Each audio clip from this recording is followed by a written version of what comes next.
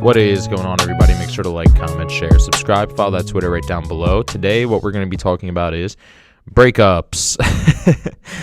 I'm going to talk about 3 ways that you can move on from a breakup. A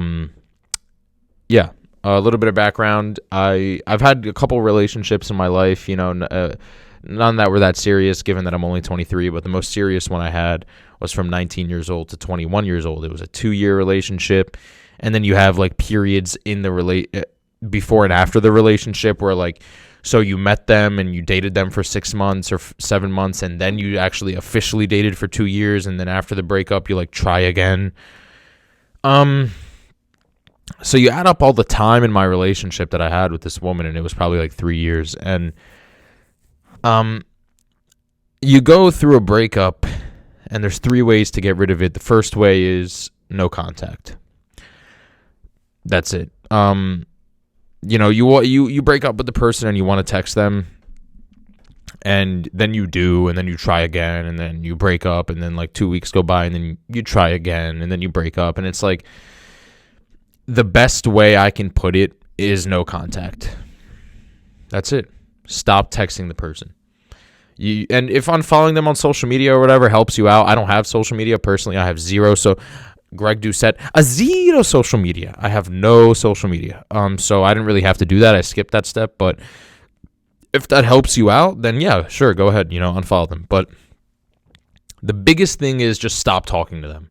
Stop talking to them. Please stop talking to them. Okay? That's the first thing. Now, the first thing is already hard enough. All right? Stop talking to that person for the rest of your life. If they come back in your life in a year or two and you do want them back that's a different story, okay? That's a different story. But stop thinking oh man, in 2023, I wish I meet this person in a I don't know, grocery store. Or yeah, okay, fine. Oh my God, in 2023, I wish I meet this person in a grocery store, and they're walking down the aisle of the grocery store, and we bump cards. This sounds like a movie, but anyway, yeah, whatever. Let's just say that happens, okay, in 2023. Don't think that way. Stop, okay? Just let it happen. If it happens, it happens. But for now, you're thinking in your head, I'm never talking to this person. They're gone for the rest of my life. They may not. Maybe they'll come back in 7 years or 5 months down the road in a supermarket, like I just said. But that's not going to help you. Okay, that's not going to help you. What's going to help you is stop talking to them and think right now, this is done forever. She's not in my life. I'm not talking to her. I don't want to talk to her. I don't want to think about her. And some of these may be false, right? So maybe you do want to think about that person during no contact. Maybe you really do, or maybe you do like them, but that you can't say that. You can't think anything positive during the first couple months of no contact, because you have to force yourself to get over an image of that person.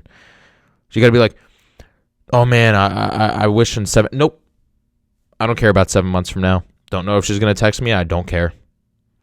Oh man, dude, she wasn't. Nope. I don't know who was nice. I don't know who you're talking about, but they don't exist. So move on, move along. That's what you have to do. Okay. The second thing is start dating. Seriously, even if you don't want to, start. And I know that sounds like stupid advice. Dude, I don't want to date. What are you talking about? The reason why I'm saying start dating is because you're going to start getting a perspective of the fact that there are other people in this world. Okay? I wasn't really ready to move on, but I forced myself in a way to start dating other women and some of the other women I didn't even I wasn't really interested in. But it gives you kind of this motive, this perspective. It gives you a different light on things. Oh, okay, there are actually other women in this world, I didn't like them, but I was I can date this girl. I can date that girl. It gives you just a different perspective. Is that person still on your mind while you're dating other people? Sure. Yeah, maybe. Maybe you're dating another girl and you're constantly comparing her to your ex-girlfriend. You know what I'm saying? Oh man, her hair doesn't smell like my ex's. Her laugh isn't like my ex's. God, I wish I could have my ex back. But you're on a new date. Okay? You're on a new date, which means that in a way, you are progressing. You may not feel it. You may think to yourself, man, why can't I get over my ex? I'm comparing her to every girl. But the fact that you're even dating another girl is progression, dude. Now, if you were sitting at home the whole time and you were like, I don't want to date any other girl. I just want her. I just want her. Yeah, you're not progressing. You're just moving backwards. But this is good. What you're doing is good. Dating another girl is good. It's giving you different insights on other women. That's the second thing. The third thing is remember the negatives, okay? Remember the negatives. So many times our brain remembers positives. It always thinks about like, remember that time that we were together and I remember she jumped in my arms and it was just so awesome. But little do you know, there's also a memory of you guys like spitting in each other's faces, but you're not thinking of that. You're just thinking of,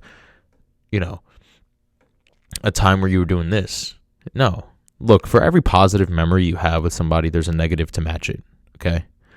There's a negative to match it. Now, I'm not saying to like fill your body with and your mind with negative emotions about that person. No, that's actually going to not make you move on. If you can continuously like, hang on to this hatred for that's actually going to do the opposite. It's going to prevent you from moving on. But so you kind of have to like accept the positive memories, and you could think about the positives, but also think of the negatives, okay? Helping you move on is thinking to yourself like, actually, yeah, I remember that happened.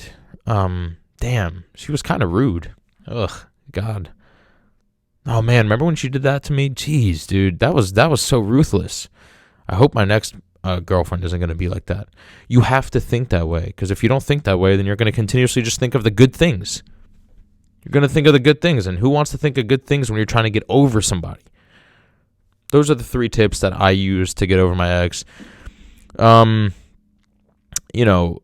want to say the 4th thing is like, don't try again, but I feel like you kind of have to try again to understand why you broke up with them. And that's that, we tried again, did the whole like, oh, you're my forever, let's try one more time. And we tried for like 4 or 5 months, but in that 4-month period, you actually start to gain more knowledge on the fact that you broke up. And you're just like, wait a minute, this is why it didn't work out, because of these things. We just don't mesh well. So then you break up again, and the second breakup, to me, I don't know why, but the second breakup to me was better. I moved on way faster. I actually understood like the concrete things that happened between us. Like, that's definitely, I'm okay. I was reassured why we broke up, and that helped me move on a lot faster. So maybe trying again is kind of a positive, because what do you got to lose? If it works out, it works out. You have somebody for the rest of your life. And if it doesn't, now you're reassured on why it didn't work out. You already broke up once. What's the difference between twice? Like, comment, share, subscribe, and I'll see you guys next time. Tell me what you think. Peace out.